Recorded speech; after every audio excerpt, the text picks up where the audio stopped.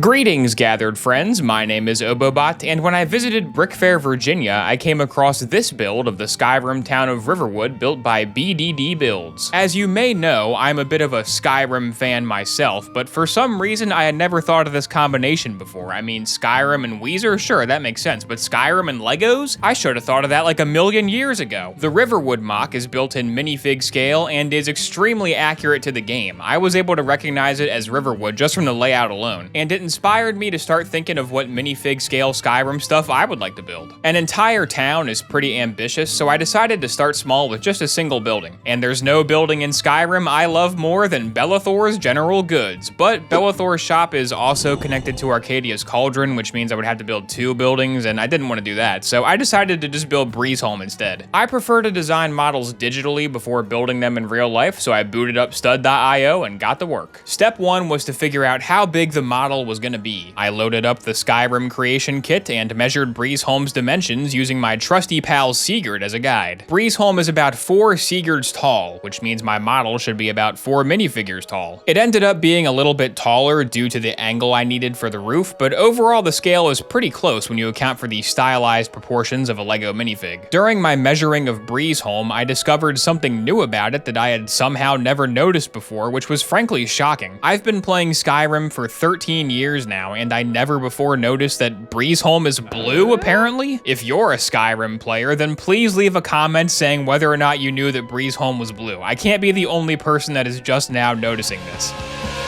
I chose light aqua to represent the blue paint because it looks pretty close to white in person and doesn't really draw attention to itself as a strong blue color, which I feel is appropriate for a building that I didn't even realize was blue for 13 years. The stone walls of Breezehome are definitely closest to dark bluish gray in color, but I tend to think that giant walls of dark bluish gray look kinda bad on anything that's not a Star Wars mock, so I decided to go for a mixed look that I like better. Breezehome also has this mossy cobblestone bit that I chose to over-exaggerate on my model because I think it gives the gray wall a nice pop of color. There's also some bits of exposed internal structure that I matched by stacking dark tan and dark brown plates on top of each other, but I think this looks a little bit too high contrast, so I might swap out the dark tan for a darker shade of brown in the future. For the main wooden structure, I pretty much only had 2 color choices, tan or dark tan. I went with dark tan because on other Whiterun buildings, there's a lighter shade of wood that's a closer match for regular tan, so if I ever build one of those buildings in the future, I can use both tans together and it'll still match Breezehome's color scheme. The most difficult part of building this mock was the roof due to the tall and steep angle. I ended up figuring out a way to hold the back panel on with Technic, but the front 3 panels are just kind of sitting there being held in place by gravity with no actual connections, so that's not great, but it works. In the stud.io model, they're connected with hinge plates, but this is annoyingly precise to do in real life, so I just didn't bother. I'll fix it later, or maybe never. I went back and forth on what color the roof should be for a long time before settling on the design you see here. That's because, yet again, my memory of what Whiterun looks like is not what Whiterun actually looks like. Whiterun's hold color is yellow, and in my mind's eye, I always envision the rooftops as being a sort of yellowish gold that matches the hold banner. But if you zoom into the actual in-game assets, you can see that the roofs are actually tan with lots of green moss on them. But then when you zoom back out, the tan and the green kind of blend together to make a sort of dull brownish gold shade. Ultimately, I just went with what I like the look of the most, which is this pattern of bright yellow quarter round tiles on a tan backdrop. I also tried Nexonite shield pieces like that one blacksmith set has, but it looked too bulky for my taste. There is this printed Nexonite tile that has pretty much the perfect design for a Whiterun rooftop, but I don't really like relying on prints for details, and also acquiring large quantities of that tile gets really expensive really fast. I didn't furnish the interior because realistically I'm never going to see it, but I might go back and add some details if I ever end up making a second version. I know if I ever build a Bellathor's shop model, then I will definitely be building the shop interior, so who knows. If you want to see what a Lego Breezehome with an interior would look like, then check out this version by Brick98989 on Rebrickable. I actually only discovered this mock a few minutes ago as I was checking to see if my Breezehome was uploaded yet, but I wish I had seen it a lot sooner because it's given me some great ideas for how I can improve my model. I like the use of barrels to give the logs more character, and the more I look at this roof roof design, the more I love it. If you're at all interested in building a Lego Breezehome yourself, then I highly recommend buying these instructions. For the amount of effort that went into this, €8 is an insanely good deal. My version is also on Rebrickable if you want to take a look at it and do some compare and contrast. Mine is slightly smaller and of course has no interior, which is an attempt to keep the price of pieces down because I'd like to use this build as the template to make some other Whiterun buildings and assemble my own Riverwood-esque scene. I did some calculations, and if I wanted to build the entire city of Whiterun in this scale, it would end up being too big to fit into my apartment, so I probably won't do that, but who knows, I do love me some Whiterun. I know this build diary type of video is different than the other stuff I've posted here so far, but I'm still experimenting with different formats here, and while I do have several retrospectives in the works, it can take a long time to assemble all the sets I need for those. Let me know what type of Lego videos you'd like to see in the comments, and I'll see you next time when I pivot to being a Lego Star Wars Rage Bait channel.